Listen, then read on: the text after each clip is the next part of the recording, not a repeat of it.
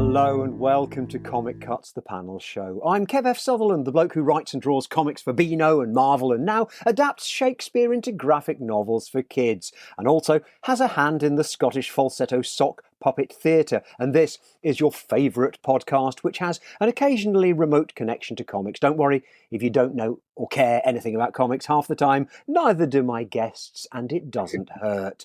My guests have brought with them a panel from a comic or something close, and we're going to see if we can identify it and talk about it. Maybe we and you will learn something about comics we didn't already know, or maybe we'll just show off a bit and have an enjoyable chat. Let us see. Joining me from the worlds of voiceover and entertainment are Louisa and Paulus the Cabaret Geek. Hi. Hello.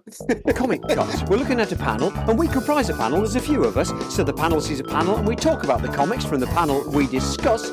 We call it Comic Cuts. I've asked everyone on the panel to bring a panel to the panel. You can see these images in the show notes or on the artwork for the podcast, wherever you get your podcasts from. But don't worry if you can't see these images, because we're going to be describing them. But first, let us describe ourselves. Louisa, hello. Yes. Hello. Now, many people won't know your face. They can't currently see your face, but they'll know your voice. They might. Why would that be? I am and have been a professional voiceover for a while, shall we say.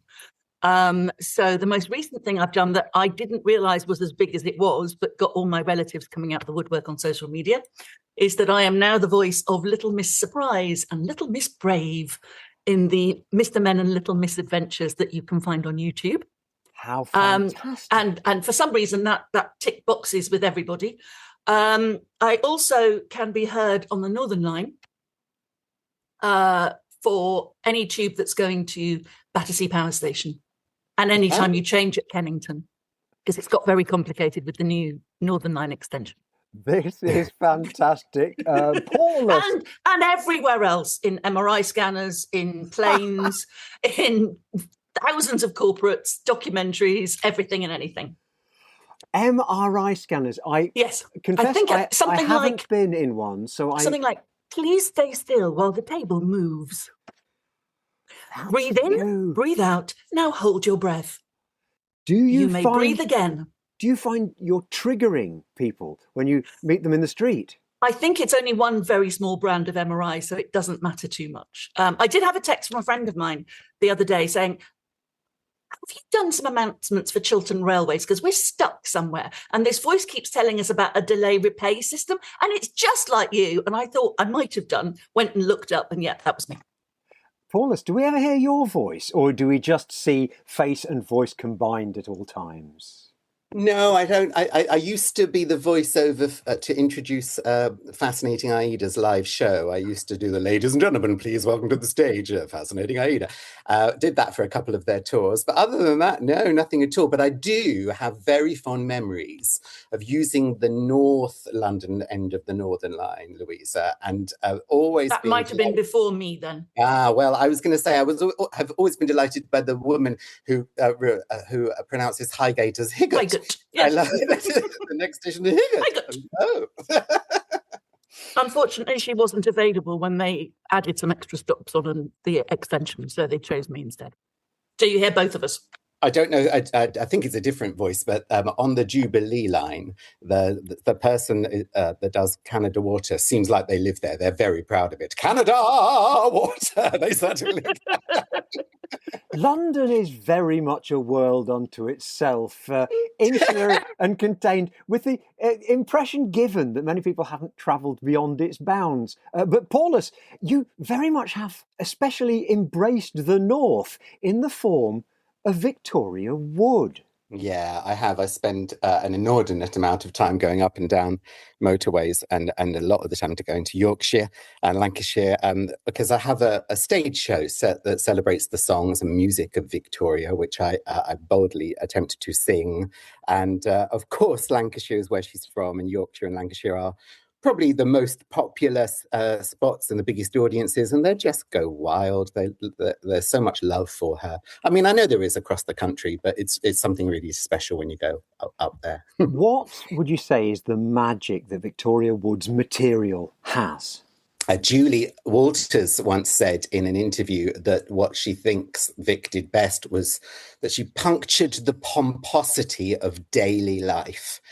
And I really like that because it doesn't speak to a divide between North and South, or men and women, or fat people or thin people, which I think a lot of lesser ponderings on what Vic was saying and doing do lean into. And all those things, yeah, I guess there's some truth in them, but it's a bit blooming obvious. And she was much smarter than that, wasn't she? Louisa, you have lent into comedy yourself, because you and I began.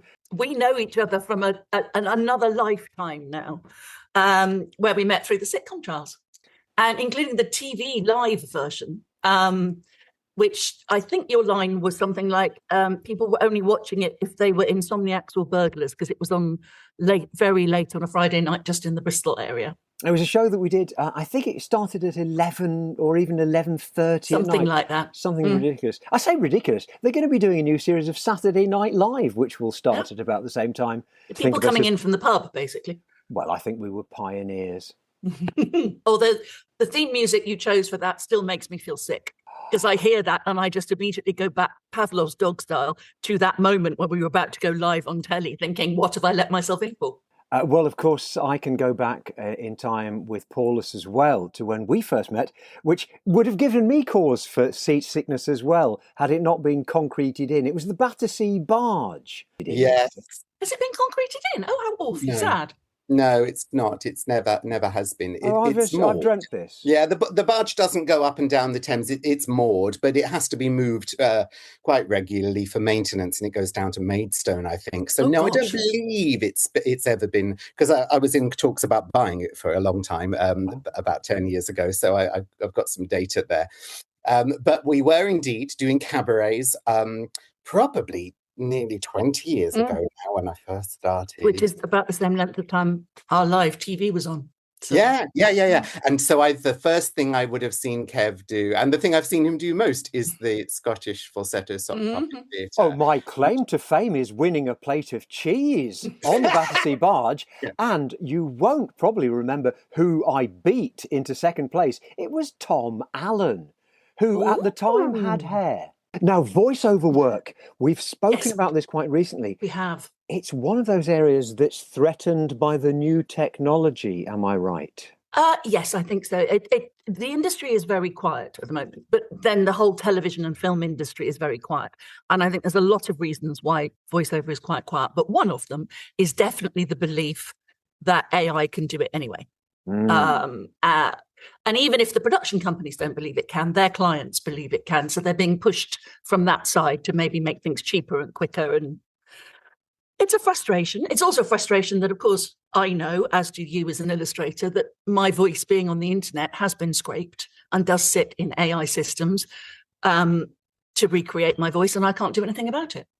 It is a dreadful situation. I mean, especially when you're thinking about those jobs which, frankly, would have been onerous tasks to record, like the voiceovers for the Underground. Well, or really long e-learning is way more onerous, I think. The Underground, not too bad, but really long, quite complicated technical e-learning about legal things that only a few people are going to listen to. It's all dry voiceover, and they can train systems with that, unfortunately. And the one thing I think is different is that my voice is part of me. I know your illustration is part of you, or your drawings are part of you, but it's not part of you in quite the same way, I don't think. So to feel that my voice can be recreated somewhere else without me is quite a horrific thing. The thoughts that come to mind are, number one, I saw a bunch of social media posts which were clearly AI made, for a New Year's Eve cabaret show in London. And my instant thought was, I'm not going to that, because they'd used AI for that very reason. What does that say about how they feel about quality of the art that they put on their stage, and how do they invest in the arts and in those people? And I put me off hugely. The other thing I think is, this will work and save some companies a tremendous amount of money for a certain amount of time, but at some point there'll be nothing original left to scrape, and they'll just end up like pop will eat itself, it will just go round and round and round and round and round. Do you know, very, very early on, like 2 years ago, when the first time I ever heard the words AI, I asked it to make a monologue in the style of Victoria Wood. And I recorded it and I put it online. And although I must admit that stylistically it was extremely accessible. I mean, I managed, I think, to turn it into something that sounded like a cross between a Vic monologue and a Julie monologue, actually, and perhaps a little bit of Kitty thrown in there too. But what I did also note was there wasn't a single joke. It was a 3-minute monologue, and it didn't manage a single joke, but it certainly got the style and a lot of the sort of nuance. Well, what it would be able to get would be the vocabulary. That's all it's good for. Yeah. Because that's all it is. It's a large language model, is a mathematical algorithm that looks at all its information and comes up with the probability of what the next word will be. And I don't understand how people don't know that, how they think they can ask ChatGPT to do research. It doesn't look things up. It doesn't go and find things for you. It's like a slightly more advanced autocorrect or autofill on your phone. That's all it is. You, I think, have got another podcast with Helen Quigley. And Helen Quigley and I had a Zoom a year or so ago, and we used the transcription to see what it was like. And we got very confused by the fact that it summarised our conversation, that we were talking about cliches. Cliches. We'd been talking about cliches. We decided we'd been discussing recipes for quiches. I like the idea of a cliche Lorraine. Yes, exactly. Why, I think I was watching that on ITV just this morning. Now, each of my guests has brought in with them a panel from a comic strip or some such. We're going to have a look at these and see if we can guess what we're looking at and what it inspires. The first I'd like to look at is the panel that has been brought in by Louisa. I have zoomed in close. Let us share this now. Paulus, I would like you to begin by trying, for the listener at home's benefit, to describe what you see. Listener at home, you should find this on the show notes. You should find it on the podcast holding image, but don't worry about that because it's about to be summed up in the best tones. Oh, really? Because I've got no idea what I'm looking at. I'm looking at, I don't recognise these characters at all. If I was forced at gunpoint, I might suggest it's a couple of the famous five and their dog. But then they turn a corner and there's men on horseback and they seem to be knights or in full armour. And I don't think that ever happened in the famous five. So I'm really confused. There's a pogo stick. A girl on a pogo stick, and she's got blonde pigtails, and the boy seems to have roller skates on that are also gladiatorial sandals, and the dog has a watering can in its mouth. I think what's happened here is that Paulus has shown just how young you obviously must be. For that is what roller skates looked like in my youth. Roller skates were strapped like sandals. Indeed, they did. Around the feet with leather straps. And what we're looking at is a comic strip page that I've not seen before either, but my guess is that it comes from circa my childhood in the 1970s. We've got the children you've just described, one bouncing on a pogo stick, one running along in roller skates, and then they bump into some round heads riding on horses. It's done as black and white line art work, then coloured in with watercolour or with coloured inks. It's the sort of style of artwork that was very popular in children's comics, particularly girls' comics, published by D.C. Thomson in the 1960s, 70s, into the 1980s. And another reason why I'd suggest it might be D.C. Thomson is that the voice bubbles and captions are typeset. The typesetting in the captions is a serifed typeset, as in a newspaper. In the voice bubbles, it's supposed to look like hand lettering, but I think it's a typeface that they used to call something like D.C. Thomson hand lettering typeface. I know none of that. What you think it might be from? Is it Bunty? No. I read Bunty a lot, but no, it's not from Bunty. Oh, okay. Because there's very little Bunty online. Now, we see some more fairy tale characters. What else do we see, Paulus? Yes, I've got sort of a jester type character. But he's also got keys. Now, is he a jailer, actually? He seems to be dressed as a jailer, dressed as a jester, but acting like a jailer. And then there's shackles on the walls. They seem to have gone down some stairs into a cell. I can't read the text, it's too small, and these glasses are fake. And there seems to be some important men with capes and hats. The caption tells us there was a group of captive cavaliers in the dungeon. So it's Roundheads, it's Cavaliers, it's some time-travelling 1970s youngsters. Louisa, put us out of our misery. What are we looking at? So I had a real difficulty finding something because, yes, I am of the same generation as you, and I read more girls' comics than boys' comics. So my mainstays were, when I was about 6, Twinkle, and then I moved into Bunty, and occasionally June and School Friend, and my brother would get the Beano and Whizzer and Chips, and I think Shoot.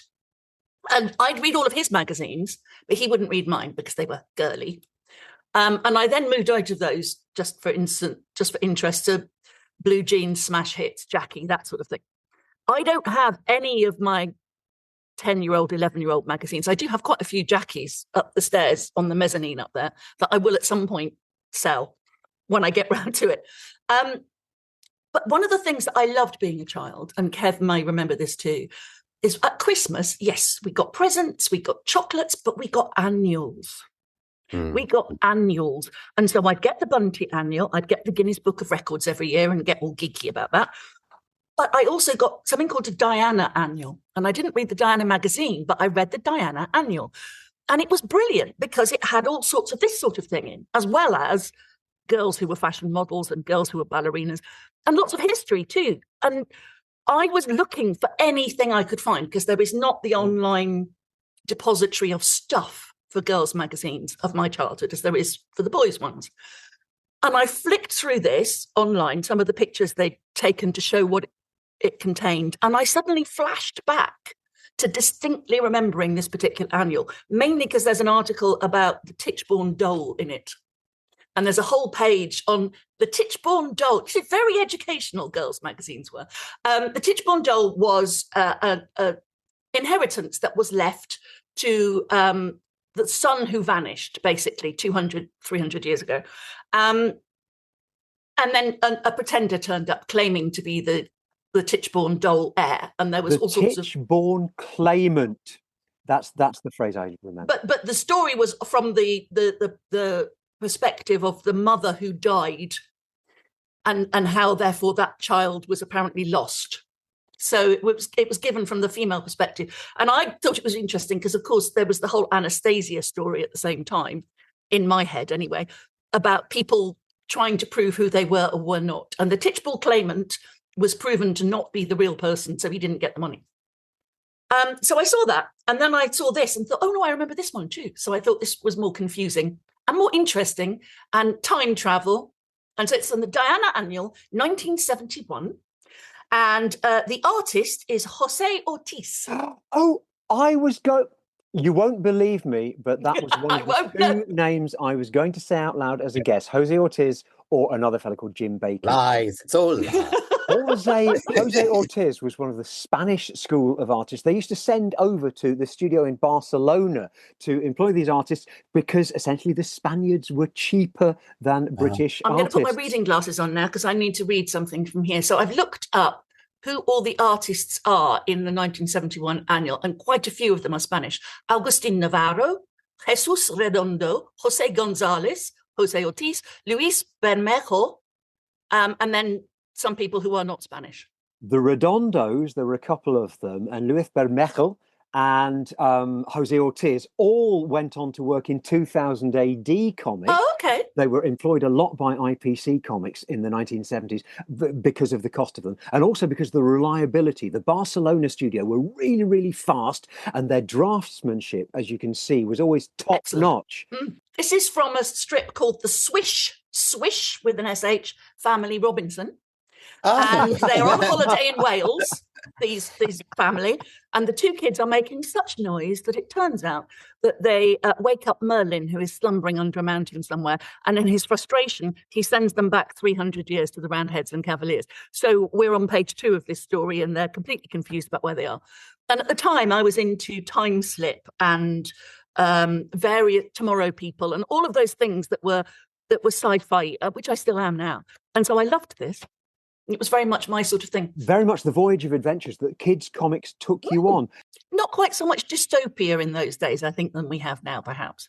I can't remember anything particularly sort of futuristic hellhole type stuff. But I just remember thinking it was such a shame my brother wouldn't read the stuff I had because it was really interesting and it wasn't just girly. And it's such a shame now that it doesn't exist in the same way because the stuff was great. It is surprising that it doesn't. I think the reading of comics fell out of fashion. We're lucky that the reading of actual proper books carried on. And a lot of the slightly older female readers that I meet in schools read manga now. Oh, never done that. Manga covers these similar territories of fantasy adventure, fantastic adventure, but featuring school kids rather than macho superheroes and necessarily giant robots, although there's a lot of that. But there's a lot of extending from your own natural life into a fantasy world, which is what these strips did. Paulus, did you read anything of this ilk? Annuals. I had Look-In when I was a kid. That's what we got at Christmas time. Now, I wanted Jackie and anything with a girl's name, but they did their best to try and avoid giving me those things as long as they possibly could. So we got Look-In for a really long time. So that was a real memorable when you mentioned the annuals. I have to remind everybody of Victoria Wood's joke about when she goes on a holiday to Spain, but it's a very, very cheap flight. And so there isn't an in-flight movie. It's just a stewardess flicking through the bunty very quickly.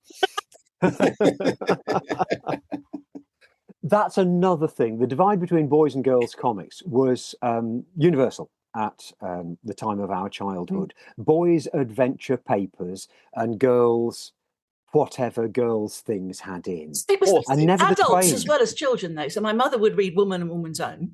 My father would have fishing magazines and car magazines and never the twain. So it was very much of its time. But I would always read my brother's magazines, because why not? Because I was a voracious reader. He wasn't really that interested in mine. And I always felt he missed out. Yeah. I mean, I find that echoed in the magazine shelves now. I was in a waiting room just the other day, and the horror show that is the women-orientated magazines, one doesn't normally come across them, but every single front cover was about losing 10 years and 12 pounds or whatever it is one needs to lose to, I don't know, preserve mental health. It is quite frightening when we see how we subconsciously genderize our society and how we force people to fit in a box they don't want to fit in, but tell them they should. Yeah, I did eventually start buying, almost, I think my sister started buying me Jackie magazine. Jackie was such a good magazine. Yeah, when she got her first job, because she was 10 years older than me. And so I was lucky enough to get to read that, even though I wasn't supposed to. I remember horses, a tremendous amount of stories and pictures of and love of horses. Lots of horses. Were a girl... There's a thing. There is a point at which, and I have no idea what it is and whether it's evolutionary, but there is a phase you go through where you get quite into horses. Yeah, and National Velvet. And it might be 3 or 4 months. On the telly. There was a whole series of books, Jill's Gymkhana. There was about 25 books that you could read that were all Jill riding her horse and going to competitions and things. And I read all of those too. I never rode a horse in my life. If we compare that to what we might have seen in some boys' magazines, let's say bicycling, go-karting, whatever, much less accessible for most people with normal incomes, horse riding, So you're giving the girls this one thing that is adventurous and energetic and good, healthy, good for you. But you can't afford it, so you're never going to have it. So the story I wanted to find, because I'd completely forgotten about it until Paris 2024. The story I wanted to find was a story that I think was in Bunty about a synchronized swimming team. Because we had gymnastics and all those sports as well in Girls Magazine. And there was a story about a synchronized swimming team and they were trying to compete and for whatever reason they couldn't. And I remember being intrigued by the idea of synchronized swimming. But we didn't have a very big pool and I wasn't very good anyway and I wouldn't have done it. I'd completely forgotten all of that until Paris 2024, out of nowhere, finally, Britain actually has, for the first time in my entire life, a synchronised duo who won the silver medal. And I was so excited because the little me was just sitting there going, it is something I could have done. You see? Yeah, this is not cartoons. This is puppets on film. But I'm reminded of Miss Piggy and her excellent, great Muppet caper, synchronized swimming routine. The sporting comic was, I guess, the male equivalent of that, because there was an entire comic called Tiger, which had a racing car driver, Skid Solo. There was a swimmer, Splash Gorton. There were a few football strips, including Billy's Boots. He found some magical boots that had been in the 1930s. They'd been worn by a made-up name, and as soon as Billy put them on, he could play as well as made-up name. That sounds familiar. So, yeah. Well, he sounds like he was cheating. Is what he was doing. Yes, but there was a lot of that, and not so much now. I don't see aspirational sport being represented in fiction, really. There was an 80s cartoon on the television called Sport Billy that you've just reminded me of. And I think he had a sports bag, which was magic, and he could get things out of like Mary Poppins. He was the only sporty character I was interested in at all because there was magic involved. And so that was interesting to me. I understand that entirely. Yeah, I can understand that. Yeah, you know what? I think sport has always overlapped into reality TV, because sport is reality TV. And what's happening there is the stakes are real and there's no kidding around. Whereas made up stories, those overlapping into sport, it's got a slight remove, because if you're interested in real sport, in real football teams, in real athletic, real people, then you'll look at these made up stories and say, but that's not the real person. I think it's the same with films. There's very few sporting films that are really brilliant unless they're not actually about the sport. Ted Lasso is brilliant. It's not really about football. It's not about football, which is why I like it and why I will watch it. Yeah, because it's about the people, isn't it? Yeah, absolutely. And I guess the adventures with horses, which we were pining for, those very rarely get done because you'd have to work with horses. yeah, absolutely. I remember reading an interview quite recently about the making of a Wolf Hall, and the creators were saying, "Oh no, I mean it's just a few years later, and we wouldn't get the funding for that." And so for the sequel, Fire and Ice, I think it's called, or something, they had to cut all the outdoor scenes. They had to cut loads of scenes which had horse races and horses involved. And basically the second series of Wolf Hall, the sequel, it became a chamber piece. Everything was indoors. There was no crowds. There was no outdoor shots. It was walking up and down medieval corridors. Yes, it was. The West Wing, but with candles. It was basically, Sorry, this isn't about cartoons. I beg your pardon. That's quite all right. We have just been looking at a page from the Diana Annual 1971, drawn, and I genuinely was going to So guess sorry, this, I ruined your thunder. Stole your by thunder. Jose Ortiz. I would have undoubtedly said one of the other names had I not been prompted. I like the idea that all, was it 7 names that Louisa just read out, are all a woman called Jane Jones who lives in Wales. Now, let's have a look at what Paulus has brought in. I have cropped in close first to one of the smaller panels from the larger page that you brought us. Oh, I did think of this. Now, not only is this instantly recognisable, but if you look, reader at home, you won't notice this, but if you look on the Zoom at what Paulus has been wearing around the neck throughout, and now has resting on a shoulder and on a T-shirt, Louisa, do please try and have a guess. Well, describe for anyone who can't see it. There is a small bald male child in a orange top and shorts that just sneak out from under the top, and a pair of green shoes, holding an old school phone with a coiled cable, talking into it. He's obviously inside, because phones only were inside, presumably in those days, and also there's some curtains in the distance. And he's saying, no, I think he's writing into the phone. That's all we have. However, that small child is absolutely recognisable, I would think, to many, many people. I mean, there's probably an age cutoff, sadly. Well, I don't know because I see a lot of kids in schools who are also au fait with this character. Listener, we are looking at a character whose head is circular, whose hair is a small clump on his forehead, whose nose is the letter C, whose eyes are two full stops on either side of that letter C, whose mouth sinks down, down, down near the foot of his circular face. He wears, in most pictures, a yellow top with a black zigzag line crossing it. He wears black shorts, he wears brown shoes. Louisa, who is he?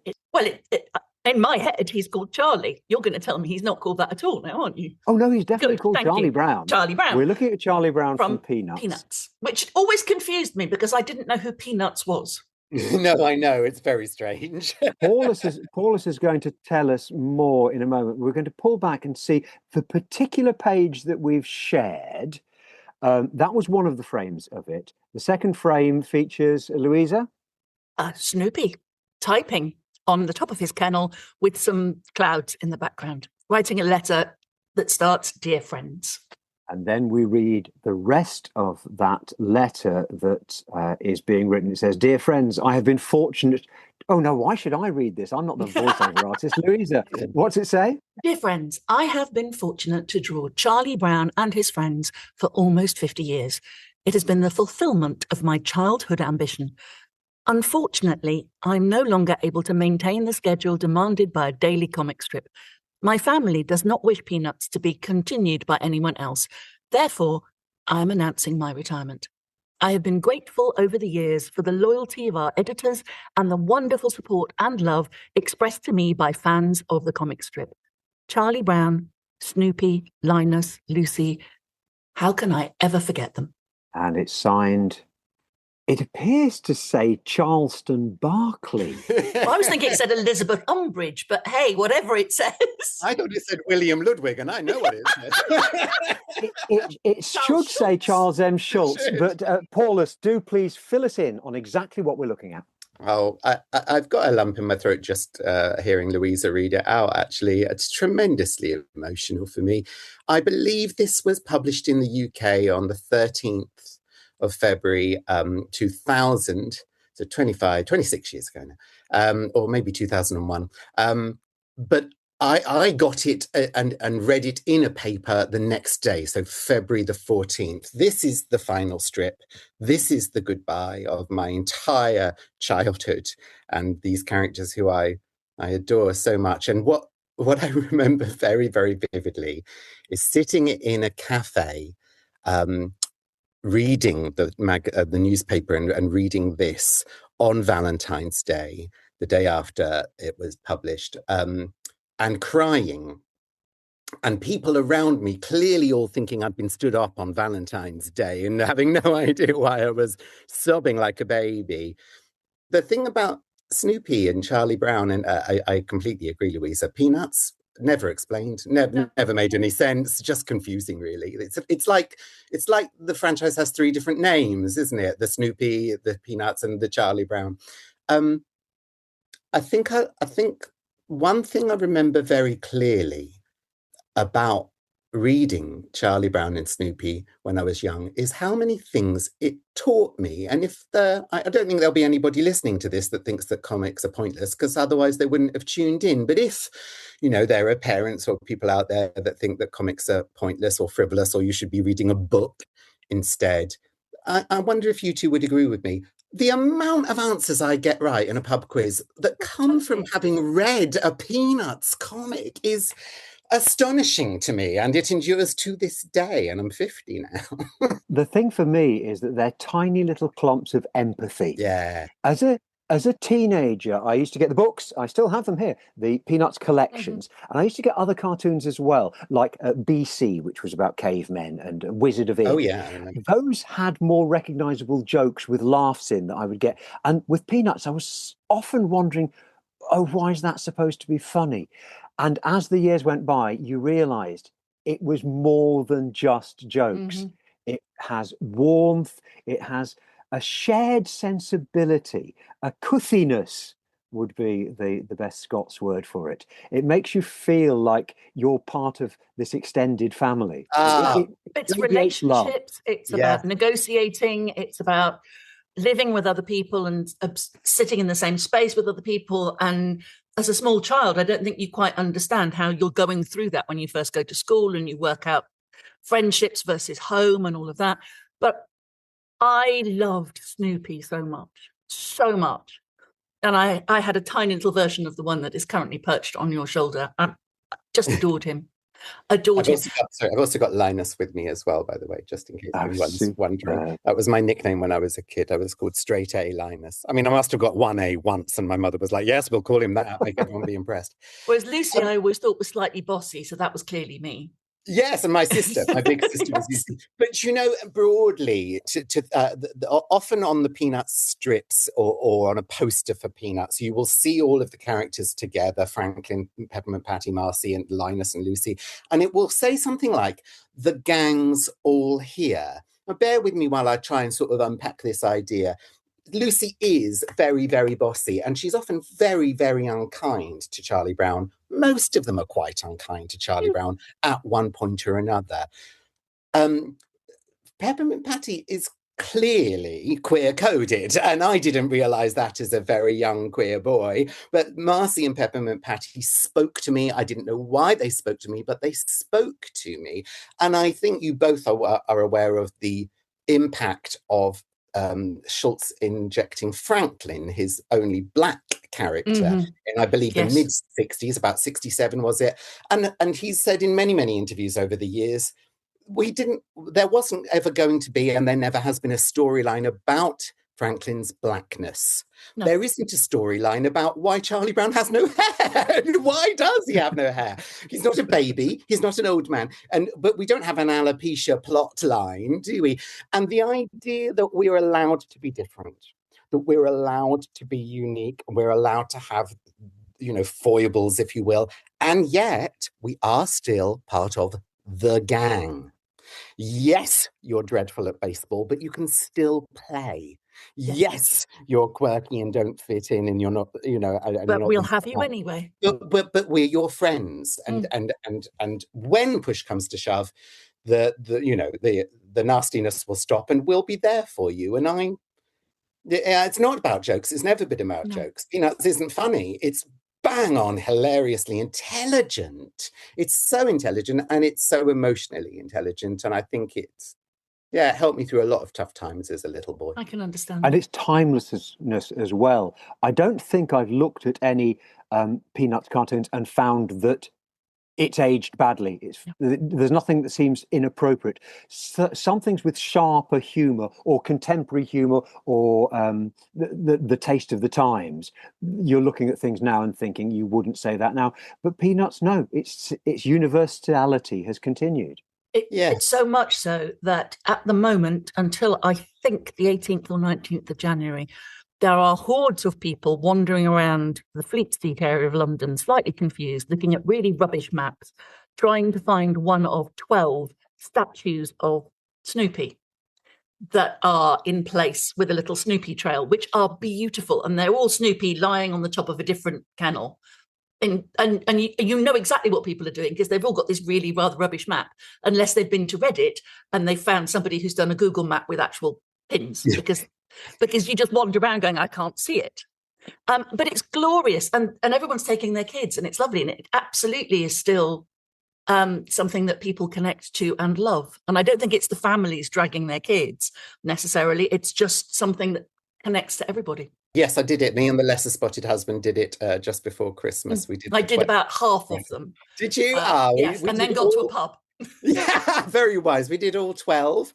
There's photos on my Instagram, and there's a really good one of my husband in his Snoopy Christmas jumper, which is exactly the same as the kennel he's standing next to. So that's good.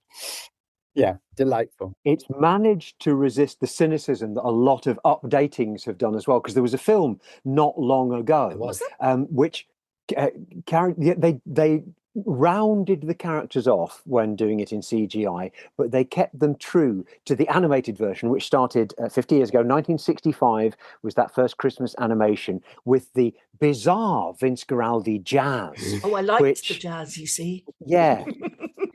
That was probably the most contemporary thing about it. And those are still shown regularly. And when they've remade or added further episodes to them, they've kept them in that style.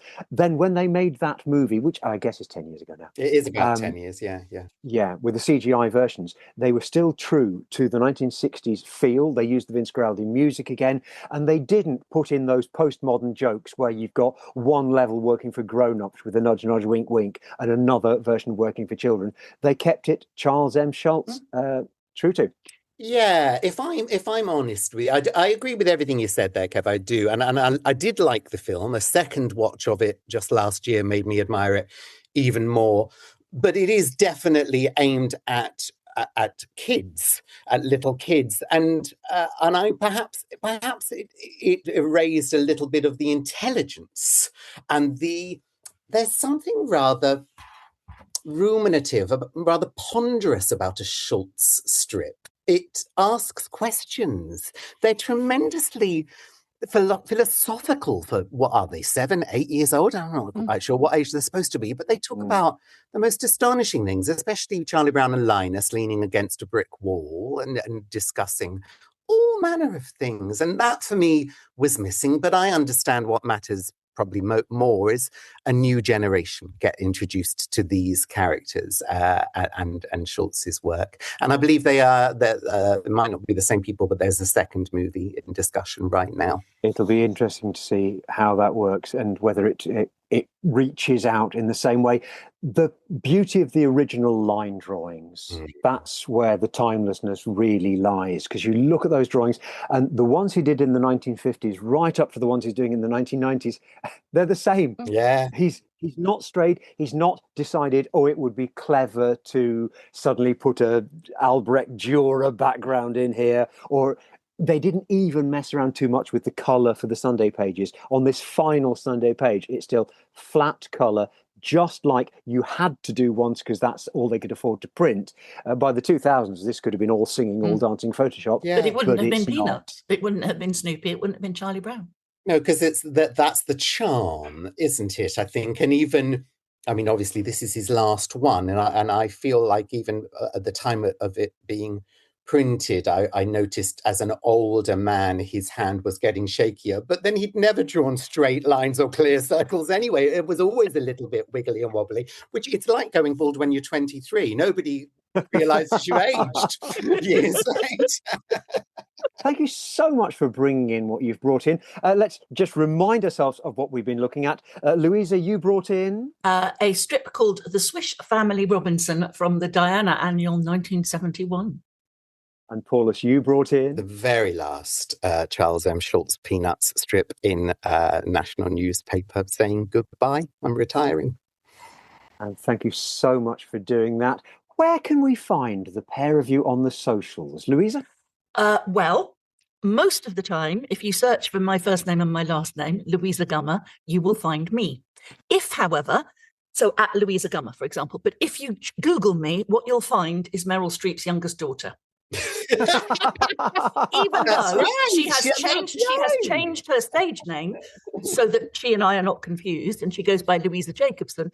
Google has decided that I now no longer exist, so if you search for my name, you still get sent to her. But I do have the .com, so I win.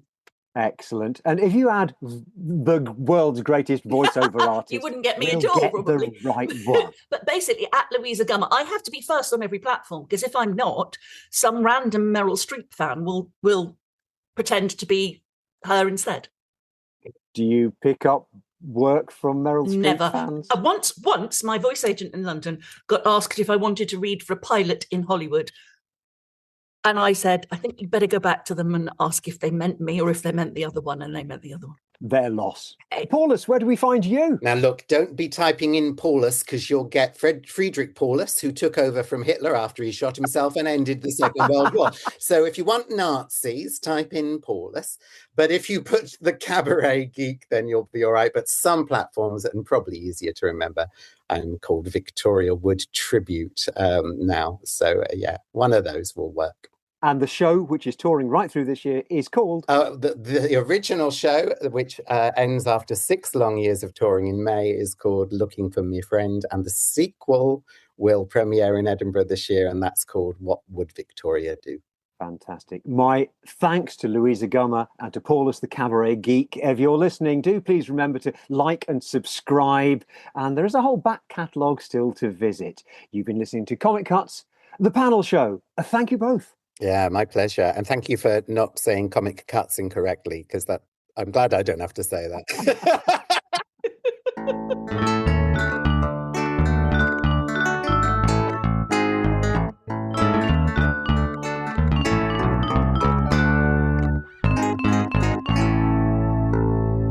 If you're enjoying this episode of Comic Cuts, the panel show, don't forget there's an entire back catalogue and a first season for you to catch up on. My guests have included comic folk like Brian Bolland, Rachel Smith, Metafrog, Gary Northfield, Nigel Octoloony, Nigel Parkinson, Laura Howell, Sonia Long, David Leitch. We've had the comics laureate Hannah Berry, resident alien creator Peter Hogan, podcasters like Adam Roach, legendary singer-songwriter Dean Friedman, Jessica Martin. The list of comedians includes Ashley Storey, Bethany Black, Will Hodgson, Paul Carenza, Izzy Lawrence, Doug Siegel. There is too many to list, and they've brought in comics from Marvel and DC to the Bunty and the Eagle, from Robert Crumb to Viz, webcomics, obscure manga, all points in between.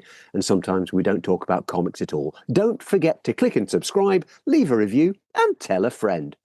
For example, what could these two be talking about? With a swastika on his shirt, he's got his trousers down, his bum out, and he's standing with his feet in a bucket of pig shit on a stage.